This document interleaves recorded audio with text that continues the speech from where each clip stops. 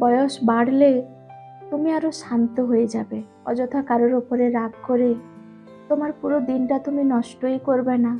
যাবতীয় চাওয়া পাওয়া, এই ইচ্ছেগুলো ধীরে ধীরে কমে যাবে। নিজের শখ পূরণ করার ইচ্ছে হলে সেটা নিজের টাকাতে কেনা ইচ্ছে হবে। কারো কাছে হাত পাততে ইচ্ছেই করবে না। বয়স বাড়লে তুমি সাধারণ খেটে খাওয়া মানুষগুলোকে আরো বেশি করে সম্মান করবে। তোমার বন্ধু কমে যাবে।